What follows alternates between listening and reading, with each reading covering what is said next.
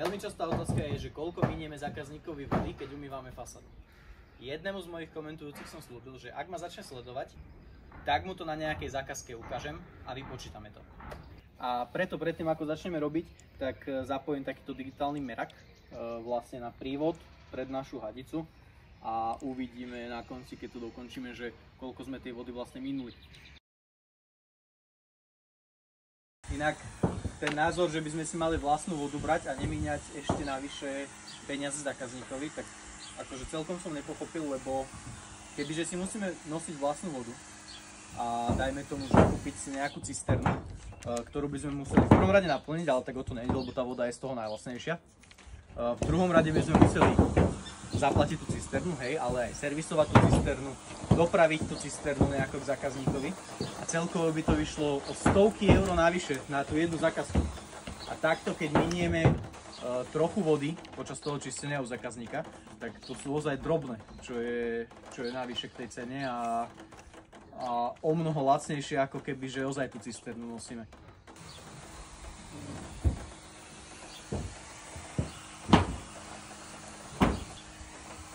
Čiže hej, možnosť je, dá sa to spraviť aj tak, že si donesieme vlastnú vodu, ale to by som riešil ozaj iba na také zákazky, kde iná možnosť není, že je to na takej nejakej lokalite, kde sa na tú vodu pripojiť nedá. A vtedy sa dá vymyslieť aj niečo takéto, ale za bežných okolností je to tak zbytočná vec, že ozaj to môže mať takýto názor na človek, že sa nedokáže nad tým reálne zamyslieť.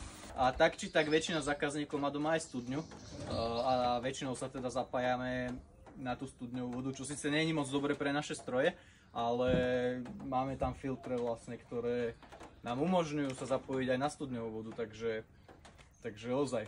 Neviem, prečo strašíte ľudí v komentároch pod mojimi videami, že vám minieme obrovské peniaze za vodu, lebo vôbec to nie je tak.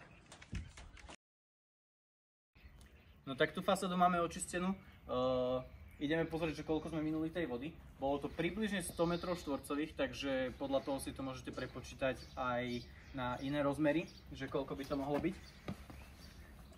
Vypnem vodu, aby mi to nevystrelilo do ksichtu. No.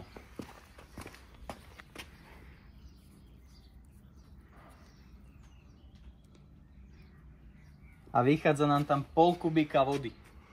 Takže koľko môže stať kubík? 4 eur, 5 eur? Záleží podľa toho, ako kde a ako kto.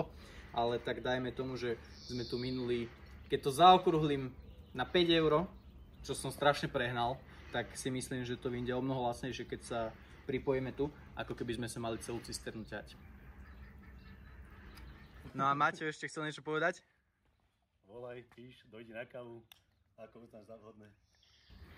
Skôr som mal na mysli, že stačí, keď mi napíšete do komentára slovo fasáda a ja vám pošlem správu s inštrukciami, že ako sa môžeme dohodnúť a ako môžete získať cenovú ponuku na čistenie fasády alebo čistenie strechy alebo na hociktorú z našich služieb.